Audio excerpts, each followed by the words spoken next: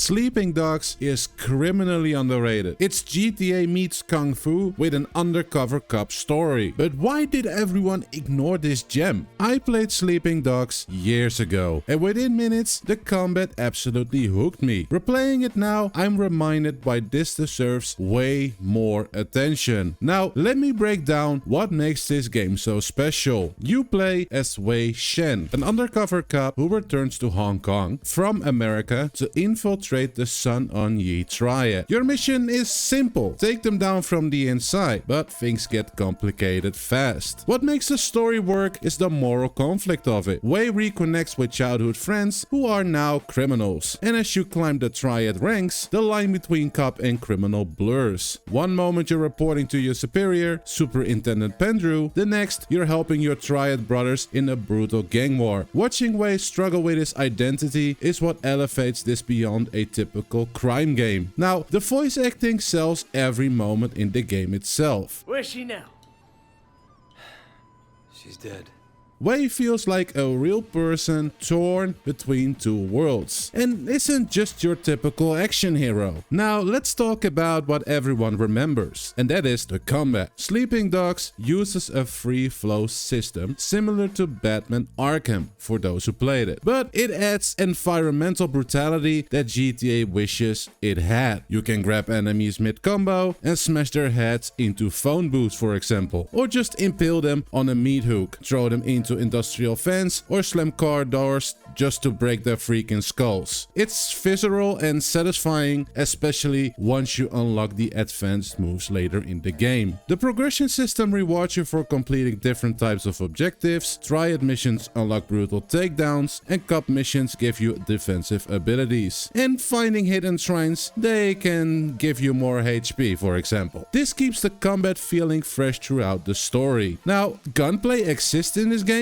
but it's basic cover-based shooting. The real standout is action hijacking. You can leap from a car mid-chase, take out your drivers, and steal vehicles while speeding through the Hong Kong streets. It's pretty fun. But beyond the main story, there's favors you can do for civilians that earn you a little bit of cash. You can do street races, collectible hunting, and even karaoke minigames where you can belt out classes like I Fought the Law.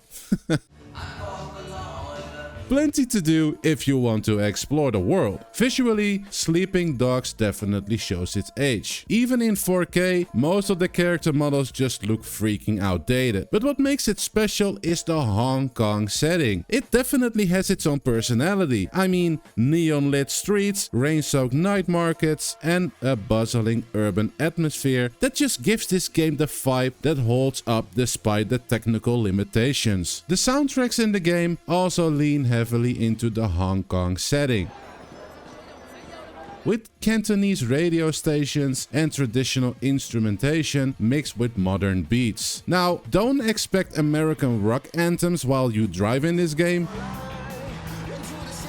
This is authentically Hong Kong, and it adds to the immersion of the game. Now, voice acting across the board is just top tier, there's no question about it, making every character feel grounded in this world. So what sets Sleeping Dogs apart from every other open world crime game out there? Now, it's not trying to be GTA in any way. Instead of overwhelming you with content here and there, it tells you a focused story about identity and belonging. The undercover premise creates real tension in the game. You're constantly walking a tightrope, and every decision you make makes you question who Wei really is. Most open world games give you a playground and let you mess around. Now, Sleeping Dogs uses Hong Kong as a backdrop for a crime drama that actually has stakes. The pacing is tight, the characters matter, and by the end you genuinely care about the outcome. That's rare in this genre, let me tell you that. That said, it's not perfect. The AI is terrible. I mean, cops just mindlessly rushing you, making gunfights way too easy. Car ramming physics look floaty and fake. And yes, there are bugs and glitches, especially in some later missions. But here is the thing. None of these flaws ruin the experience. They're annoyances in an otherwise exceptional game. Now, should you play Sleeping Dogs? Well, there is one word for it: absolutely. absolutely. If you love crime stories, martial art action, or just want a focused open world experience that respects your time, this is a must play. And it's dirt cheap on Steam right now and runs on anything. Now, my rating for this game is definitely an 8 out of 10. It has flaws, but the story, combat and atmosphere make it one of the most underrated games of the 2010s. Have you ever played Sleeping Dogs? Are you going to revisit it? Or is this your first time hearing about it? Let me know down in the comments. Now, if you enjoyed this retrospective, hit that like button and subscribe for more underrated classics and new game coverage. Thanks for watching, and I hope I'll see you in the next one. Peace.